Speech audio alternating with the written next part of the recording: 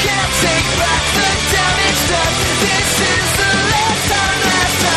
This won't take long, your reign is done. We are the innocent ones. You can't take back the damage done. This is the last time you will shine. All right, we're back. Third game is actually going to be on Coliseum. That's what they decided. And both players are in the game right now. Yeah, so I think we're going to get this started pretty soon here. It should be pretty interesting. ZergBong and Bogus, they both seem to be making a lot of errors in their play. But, you know, to be honest, maybe they'll play a lot better this time around. Maybe they're more comfortable. Maybe they've relaxed a little bit more. We'll find out. And I don't know, what kind of game are you expecting? Do you think they'll go for something more conventional, or? Well, maybe we'll see that rush again from ZergBong. I don't know if he'll feel comfortable doing it twice, but it certainly could happen. We'll have to wait and see. ZergBong is definitely capable of winning this series, but it really depends on how he really opts to open up. And I think pretty soon here we're going to get this going, because we normally start the third game a little bit quicker than the second. Well, we're still waiting, but look, I think there's certainly a possibility, though, that Bogus as well could come back. Bogus just doesn't seem to play well in the early game at all. And I think he really gets intimidated by Mutalisk harassment. And, you know, if he gets that freaked out by it, then it can be harder for him to focus. So we'll see.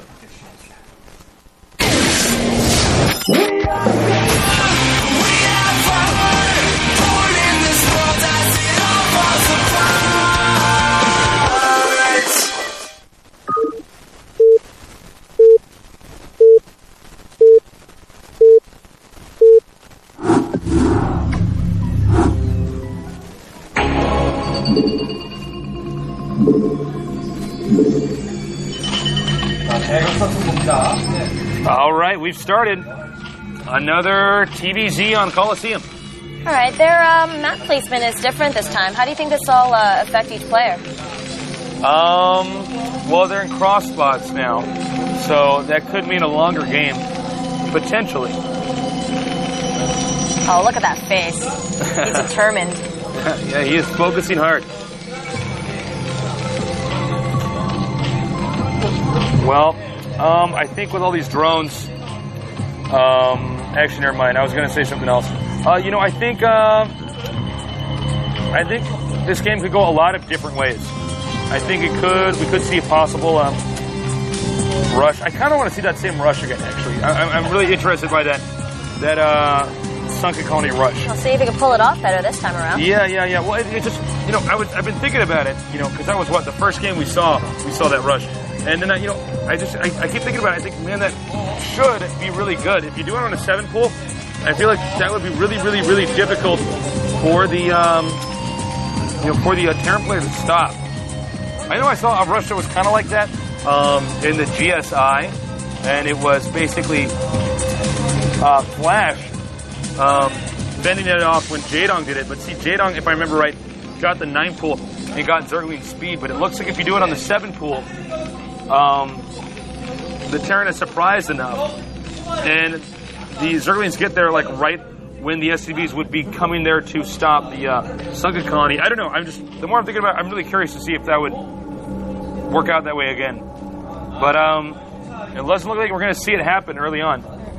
Terran's scouting with 2 SCVs, which is actually very unusual. I question this.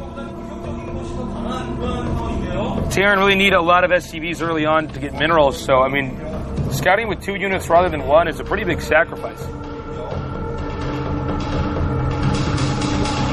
Well, now Terran knows that his opponent is in the cross spots.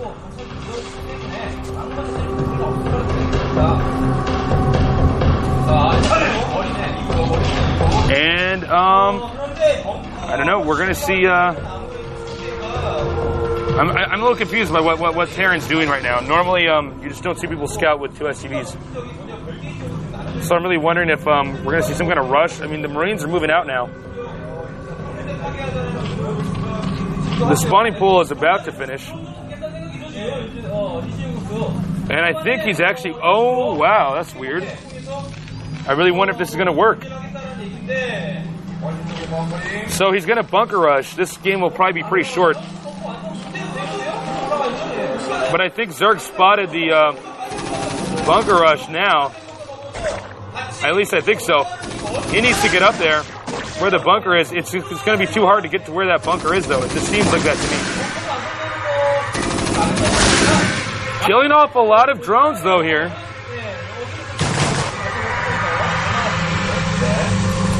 He has to make sure that those Marines don't make it to the bunker. You know what? Terran could go directly for the drones, and I think we're going to see that right now. And that's actually pretty smart by the Terran. That means we're going to see... Man, he's taking out so many drones.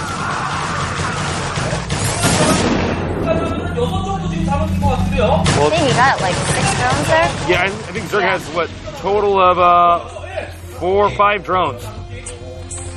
Now 6. That really hurts.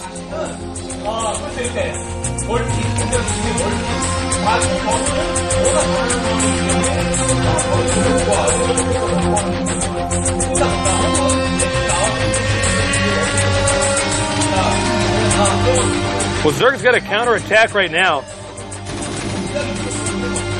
Oop. Poor Marine. He just slipped over the barracks. All right, the layer's going to come in here pretty soon. So once again, ZergBong is just rushing rapidly towards Mutalisks again. And I don't know if this is a good idea. I don't think he has enough drones. This could be bad.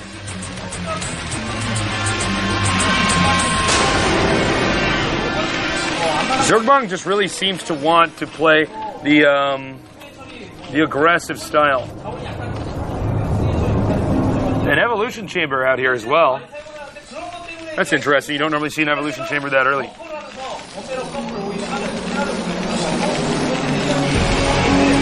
You know, you guys make a lot of comments here about the map, why we're only doing Andromeda and Colosseum.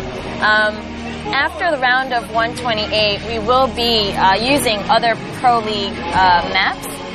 So it's not just going to be these two, but the Pro League 2008-2009 has asked us not to release the maps until they've started their season. So yeah, I think it's too bad that we do have like 2 maps only right now. But you know, at the same time, you know, that's going to change very soon. And also bear in mind, these are maps that are, you know, very easy to get games on for iCup. So there are some benefits. But yeah, when the Pro League starts up, then we'll be using their maps. So that'll be pretty sexy.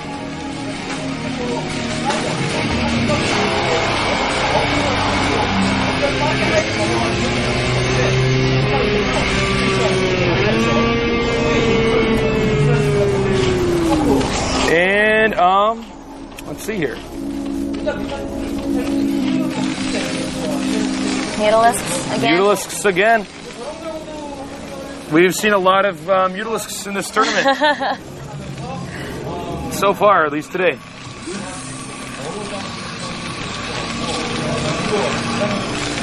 And, you know, I really don't get this evolution chamber. I've been thinking about this the entire time I've been casting. I don't understand why he would get an evolution chamber really early like that. That just weirds me out. Oh man, nice stop here by Bogus. As you can see, you know, what's different from this game compared to some of the other ones is that, well, Bogus definitely killed a lot of drones early on. So that means that, and he has a lot of Marines too. Keep that in mind. I don't know. I think Bogus should come out with a win. Although last time I said that, I was wrong. All these games, man. All these games. Like, so much different stuff has been going on. Well, Terran's going to move out. I don't know if Zerg's going to have enough mutas to deal with this. You need the Mutalisks with the Zerglings. The Terran just lost the Zerglings.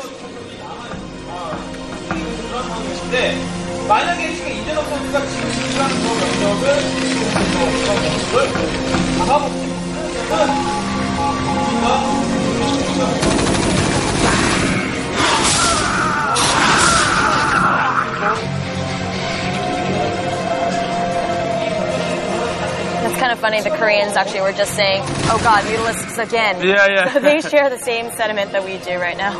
So many Mutalisks. I have seen so many this today. All right, we're gonna get I don't know if Bogus should be out here in this part of the map.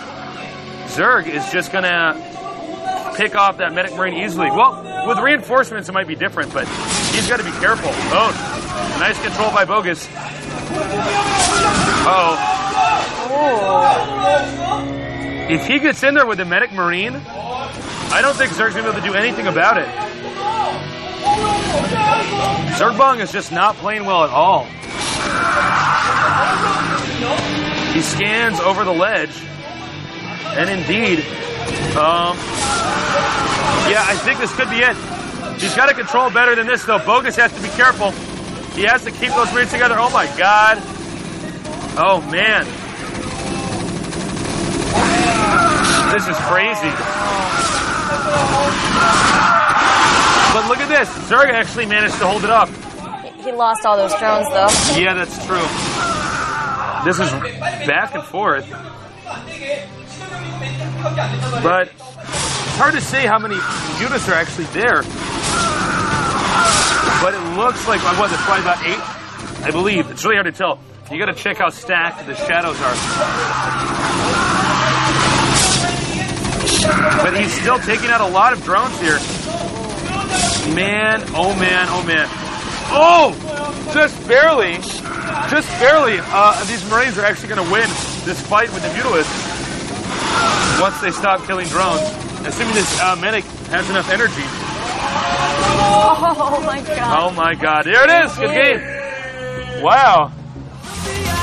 That was these games, man. Yeah, I just don't think that, I don't think it's ZergBong should have gone for Mutalisks after losing that many drones. Alright, well there's our winner. He's actually a year older than Baby. Oh, really? Yeah, he's 1 year older than He's Baby. really young. Yeah. Well, that might have been part of the problem. He's so young, he might have been getting a little bit nervous. I really do with think all this he was pressure. nervous. Absolutely. I mean, I can imagine being broadcasted to all of Korea and a humongous international audience. You know what I mean? I don't even think, you know what, I'm actually going to go back there, interview him, and ask him if he's even aware that there is this huge international audience. Yeah, definitely do that. You know, I don't know what else to say. He just,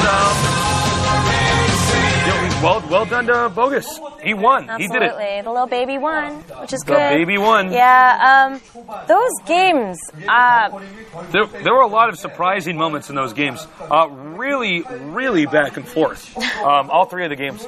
But in the end, I think Bogus was just able to buckle down and focus, and I think he figured out that really all that ZergBong is doing is, you know, microing his mutas really well. And then ZergBong doesn't seem to know what to do later on after that. Why did he get in an evolution chamber? I was going to just really, ask you, why do you think weird. he did that? Yeah. He's doing it. Maybe it was a mistake. Sometimes Zerg players will make a building so that they have one less food, and then they'll make an extra unit, an extra drone, maybe an extra Mutalisk, and then they'll cancel that building. But maybe he forgot to cancel the evolution chamber. And just, yeah. I honestly, I really don't know. Okay. But yeah. So there you that's go. it. There you go. So We're halfway far, through. yeah, Yep. we have. What was that first match? I'm like blanking out here. It's gonna be the first match was again, it was the new player there. Huge upset. That was crazy. He knocked out Memory, and then here we go. We got a new player, Bogus, knocking out another older player, much older player, ZergBong. So let's see. The next game is 8:15 versus Azang, another well-known player against he's another one that's like a rookie. He came in around the same time as Bonus. So Bonus, like I said, he was in 2008. They have 2 drafts, and he came in the second draft. He was first pick for STX. This guy was the second draft first pick for CJ entrants. So these guys are like fresh off the computer. Fresh off the PC and down here at GOM TV, I think it should be an entertaining series. It should All be. these games have actually been very entertaining. Yeah. Even when players make huge blunders, I mean, it can really make the game exciting. It does. I mean, I think it is very refreshing to see new players because they do make the mistakes that the high-end pros usually don't. Yeah. And, you see them get more nervous because they're not televised, and you can tell, like, these small little mistakes, which I'm sure when they watch the replays, they go, God, why'd I do that? But at that moment, like him and his unending Mutilus. Didn't we have something like that on the first day? There was another player who got Toss Scroll games. It happened to Toss Scroll. It was modern. Right, and I just think when they're televised, they just sit there and they kind of blank out, even though they have all the strategies in their head mapped out. Yeah, it's hard. And it's really interesting to see how different it is, when the two best of the best duke it out versus two very new pro gamers. Absolutely. Really, when I see that, I go, wow, I can really appreciate how skilled, the very best of the best are. Oh, God, they're machines. They have these things just, like, embedded in their hands. They could probably do this in their sleep. Yeah. Actually, I have StarCraft dreams sometimes. Did you know that? Yeah? I have dreams where I'm playing StarCraft because I play so much. I've talked to other StarCraft players. And, it's pretty crazy. I wouldn't be surprised if these guys do. So this is their life, and they practice. Like, in these dorms, when the team houses, they practice, like, 12 hours a day? Yeah, something really like that. Literally. That is not like an exaggeration. No, it's not. Yep.